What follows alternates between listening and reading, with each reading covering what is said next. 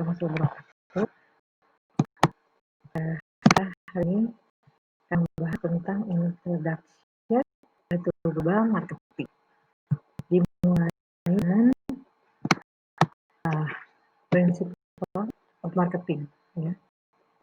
Prinsip of marketing itu adalah bauran pemasaran, ya, marketing mix, ya. Di mana di sana ada kombinasi antara produk, promosi, dan distribusi, ya. Ada 5P, 6P, dan 7P.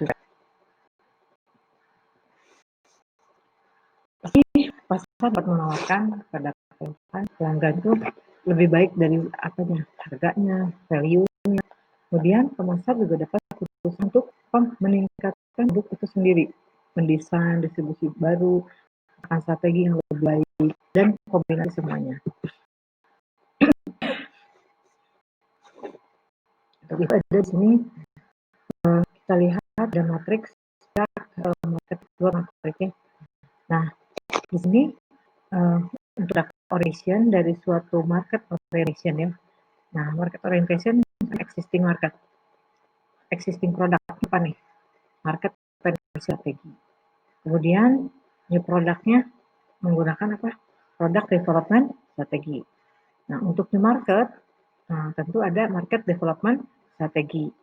Nah, untuk new produknya ada diversification strategi. Jadi ada strategi. Contohnya, ya, kita lihat Starbucks, ya, melakukan studi untuk global ini, ya. Kita lihat contohnya Starbucks sebagai the global marketer. Pada saat market penetration, Starbucks itu membuat satu loyal card atau reward program, ya, di Amerika itu smartphone, ya. Untuk apa? Untuk kemudahan customer dalam melakukan pembayaran elektronik, ya. Kemudian yang berikutnya itu market development. Starbucks ini masuk ke India itu melalui aliansi strategis, ya, dengan apa, kerjasama dengan Tata Group, ya. Nah, di sini Coffee Bean di India, ya, dan untuk bisa menempatkan Starbucks itu di seluruh dunia, dimulai dengan di hotel menempatkan hotel di India yang kerjasama dengan Tata Group. Kemudian product development yaitu apa? Starbucks, ya, create untuk kopinya supaya apa? Kita memudahkan, ya, untuk office, di perjalanan, ya, untuk menentukan apa view coffee, ya.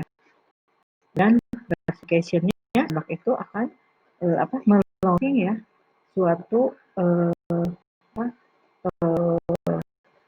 ini bersama, yaitu dengan apa, music DS, dengan melakukan kerjasama seperti itu. Dan berikutnya yaitu global marketing strategi. Bagaimana global marketing strategi itu dilakukan? Nah, di sini ada single country marketing strategi dan ada global marketing strategi. Kalau single itu target market strateginya seperti apa, ya? Jadi satu target aja. Sedangkan global market participation itu global, ya, menyeluruh seluruh dunia lah, ya, global. Dan marketing mix development lakukan itu. Ada produk, ya. Kemudian kalau untuk di global produk adaptasi, ya, ada produk adaptation, standardization-nya bagaimana. Misalnya nanti kita contohkan dengan beberapa contoh. Nah, untuk apa satu produk itu ketika diciptakan diadaptasi di negara tersebut seperti Thailand, kan, KFC membuat suatu produk yang pedasnya pedas sesuai pedasnya lidah Thailand, seperti itu. Juga sesuaikan harga di Perancis dengan harga di Indonesia itu akan beda. Kemudian promosi juga sama, ya. Target marketnya kepada siapa nih? Promosi di Indonesia, McD mungkin ke ke seluruh pegawai bisa kemudian place ya. Nah, place di sini place adaptation-nya. Nah, gimana kalau untuk di Saudi itu dipisahkan ya, anak wanita dengan laki-laki itu dipisah seperti itu. Concentration marketing activities-nya, kemudian coordination marketing activities-nya, integration competitive moves-nya. Jadi lebih luas ya. Nah, ini contoh ada Burberry, penempatan dari marketnya bagaimana di rumah seperti ini. Itu contoh dari global marketing. Ya. Ini dari global marketing seluruh dunia ada. Kemudian kita lihat contoh tadi saya sampaikan global marketing McDonald's ya. McDonald's ini marketing mix elemennya contoh produk. Produknya misalnya standardized-nya Mac. Lokalisasinya gimana nih? Di India ini namanya McAllo, TikTok atau burger. Gitu. Nah, terus kemudian promotion. Ada brand name, standardized-nya. Nah, di sini contohnya kalau di localize-nya ya, kayak di Indonesia itu namanya McD ya. Kalau di USA itu McD. Kemudian kalau di UK, Ireland, McD. Kemudian di Australia, McCase. Gitu. Terus McCarry, Finland, McDo di Filipina, terus McDo di France ya, di Prancis. Kemudian advertising slogannya gitu. Itu standardized ya, I'm loving it.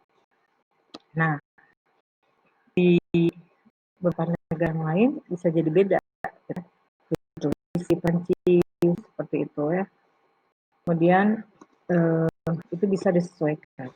Kemudian ada free standard standing restorannya in high traffic area. Ya. Nah, jadi seperti contohnya di lokalisasinya di lokalisasinya di danau ya. Di sana itu di Swiss National Rail System ya. Itu berdiri ya ininya servernya itu apa layanannya. Nah, kemudian di Helsinki ya. Kemudian harga nih. Harga itu Big Mac itu di United States itu $3.54. Di Norway 5,79. Di China itu lebih murah lagi 1,83. Mungkin disesuaikan dengan bahan baku dan sebagainya. Itu global marketing. Kemudian kita lihat driving, restraining, force, affecting GI ya. GI itu global integration. Di sini kita lihat driving force-nya ya. Kemudian global integration and global setting force-nya. Number of multilateral trade agreements have accelerated the pace of global integration ya. Seperti contohnya ada NAFTA ya. Nah, ini biasanya adanya di United States, Kanada, dan Meksiko. Nah, jadi kerjasama yang dilakukan integration global. Nah, di sini ada multilateral trade agreement ya. Di antaranya yang tadi saya sebutkan NAFTA itu untuk di Amerika, Kanada, dan Meksiko. Kemudian ada WTO itu untuk mempromot free trade seperti itu. Nah, jadi kita ada multilateral trade agreement-nya. Nah, di sini ada converging market, needs and wants, and the information revolution.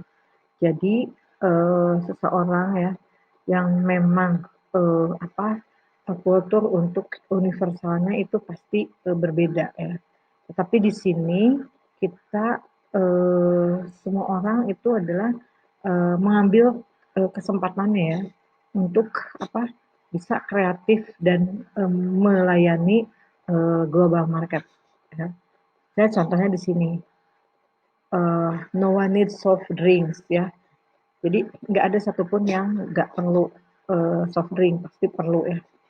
Dan di sini pasti soft drink ini bisa dikonsumsi oleh siapapun seperti itu. Nah, jadi kita tahu converging market needs. Jadi semua perlu teh, semua perlu kopi seperti itu ya. Kemudian sini ada transportation and communication improvement. Transportation and communication improvement, the time and cost barrier associated with distance have fallen tremendously over the past 100 years ya. Jadi seperti contoh halnya jet airplane ya ini membuat suatu percepatan. Ya, jadi dengan adanya transportation yang lebih cepat, kemudian juga komunikasi lebih gampang, lebih mudah, ya seperti itu.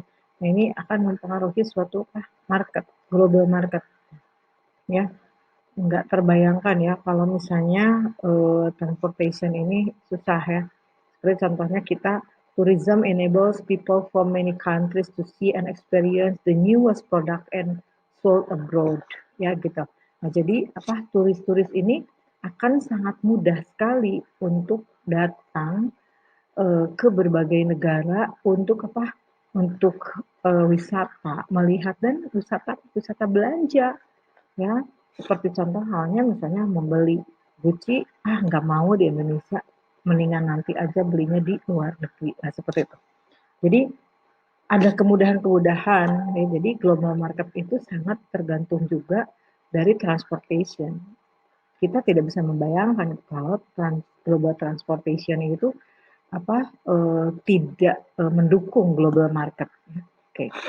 Termasuk juga communication improvement. Nah sekarang nih pandemi seperti ini, communication improvement itu sangat penting ya. Ketika kita tidak bisa transportation bergerak kita manusianya, tapi barang itu bergerak kan. Jadi contohnya jangan jauh-jauh yang global, misalnya kita ada ingin makanan khas di Bandung, diperlukan untuk orang yang Jakarta. Nah, secara ya travel agent itu udah agak susah mengangkut orang. Tetapi mengangkut barang dari Bandung ke Jakarta itu open, ya seperti itu. Termasuk juga alat-alat kesehatan dan lain sebagainya. Kondisi pandemi seperti ini akan sangat terbuka ya untuk bisa keluar masuk ke luar negeri. Itu dari sisi penerbangan. Jadi penerbangan untuk manusianya di lockdown, di stop, tetapi barang-barang tetap harus dijalankan kan, diperlukan. Kemudian product development cost di sini sangat diperlukan ya product development cost karena ini bagaimanapun akan menjadi tekanan juga untuk globalization. Nah, di sini kita tahu ya kalau misalkan harga barang di asli ya yang berasal dari Perancis dan berasal dari Amerika, nah itu biasanya berbeda harganya.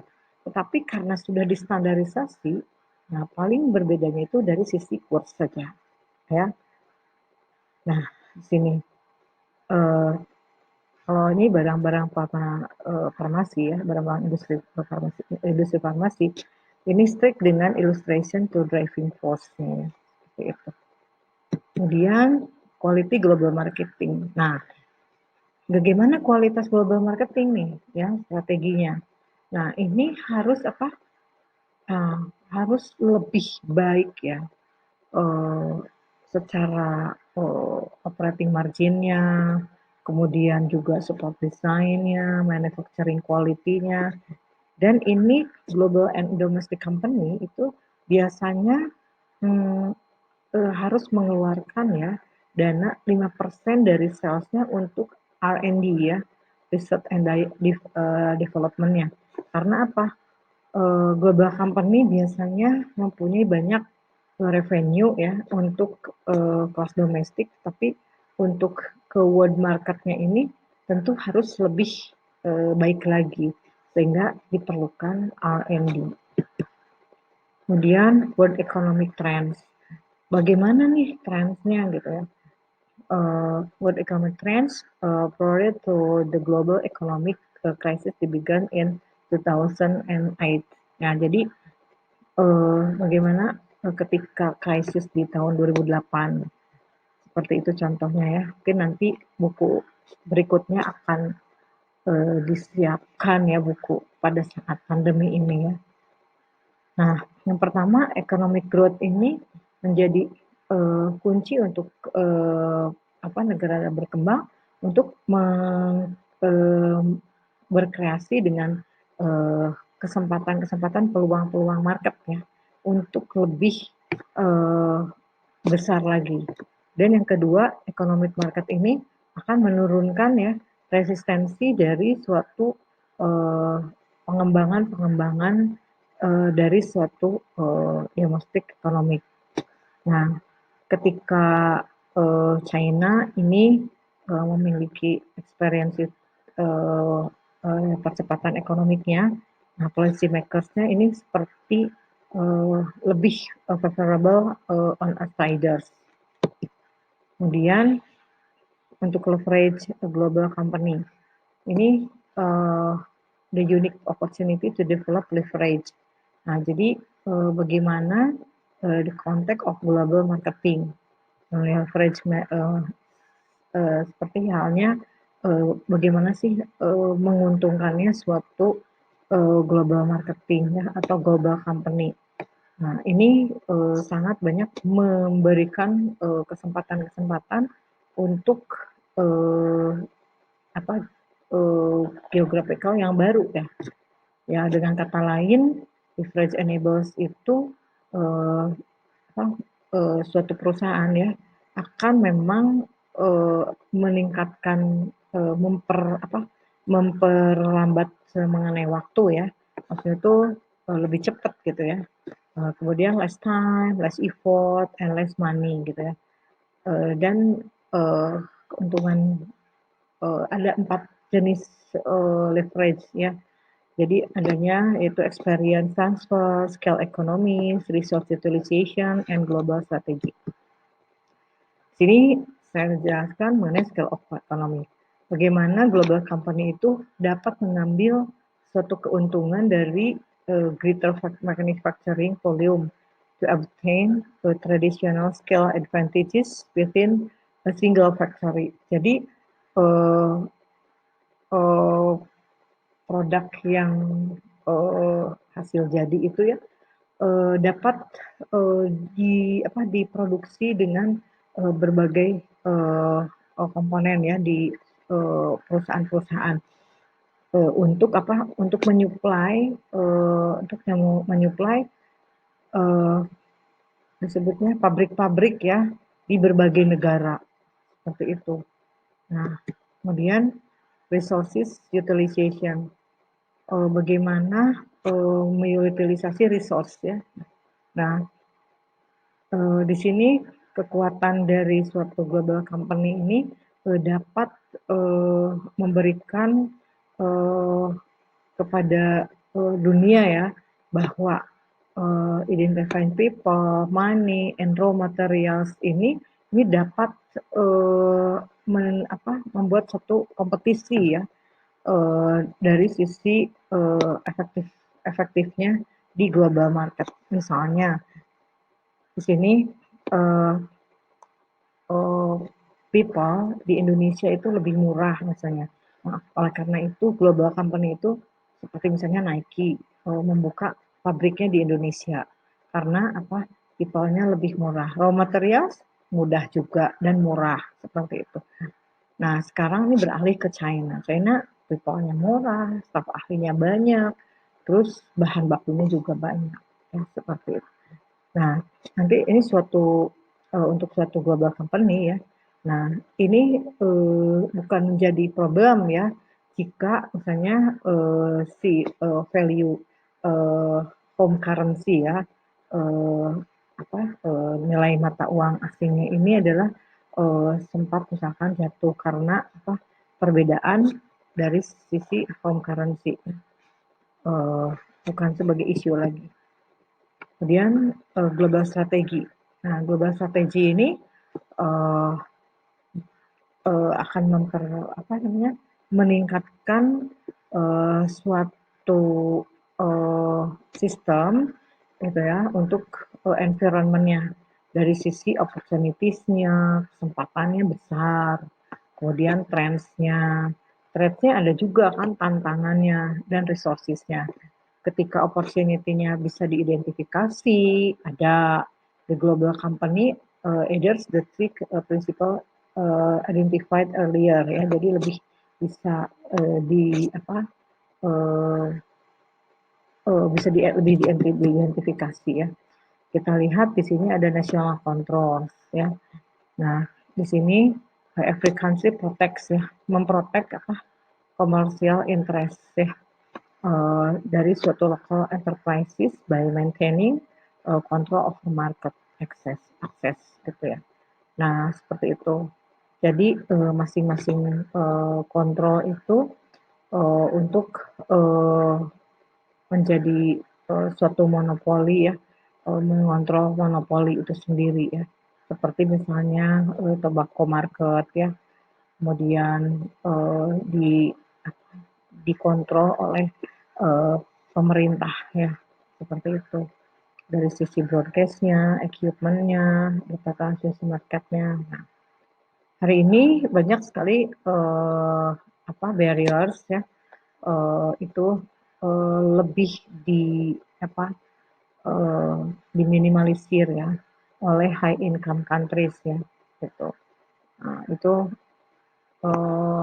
terima kasih ya pada WTO, GATT, NAFTA, and other economic agreement. Jadi ada kerjasama seperti itu. Oke.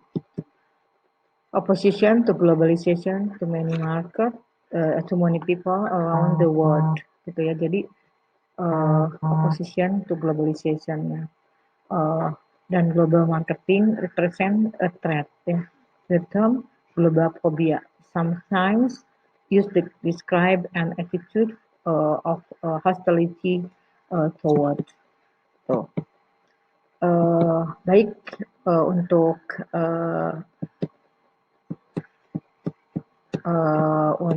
global marketing introduction ini sampai di sini. Saya akan minta tugas pada teman-teman itu melakukan ini ya, tugasnya di sini global marketing. Dicontohkan di sini McD. Tetapi nanti kalian bisa menggunakan global marketingnya itu produk dari mana Indonesia atau produknya Malaysia, produknya Vietnam, apapun lah silahkan. Contohnya di sini produknya McD apa Big Mac. Nah, kayak misalkan ada produknya panas ya, paket nasi itu hanya di Indonesia kan. Nah, kalau di kita nggak ada ya seperti itu. Kalau di negara lain tidak ada pakai nasi seperti itu. Nah, contohnya. Nah, jadi ada namanya produk-produk yang di localize seperti itu. Ya, jadi kita nih sebagai global marketing nggak bisa secara strict ya kita kecuali kalau misalkan bukan barang-barang consumer goods ya seperti kalau makanan masih bisa di localize tapi kalau consumer goods mungkin eh, akan hampir sama semuanya ya kayak misalkan eh, produk tas Gucci, produk tas Chanel dan sebagainya. Tapi Coach yang dari Amerika itu biasanya kita lihat dari berbagai negara itu produk dan desainnya itu ada yang berbeda-beda juga seperti itu. Nah, yuk kita bertemu lagi nanti di pertemuan berikutnya yaitu Global Marketing Environment ya. Untuk sekarang tugasnya perorangan itu membuat global marketing khusus dari sisi mau makanan mau consumer goods silahkan, tapi untuk yang tugas kelompoknya itu silahkan membuat dua, yang satu jenis makanan, yang kedua adalah consumer goods ya. Bagaimana di sana ada marketing mix elemen, tapi dilakukan standardize-nya seperti apa ya, tapi ada juga localize-nya bagaimana di negara-negara tertentu. Baik, itu saja dari saya kali ini, pertemuan hari ini. Terima kasih atas perhatiannya. Assalamualaikum warahmatullahi wabarakatuh.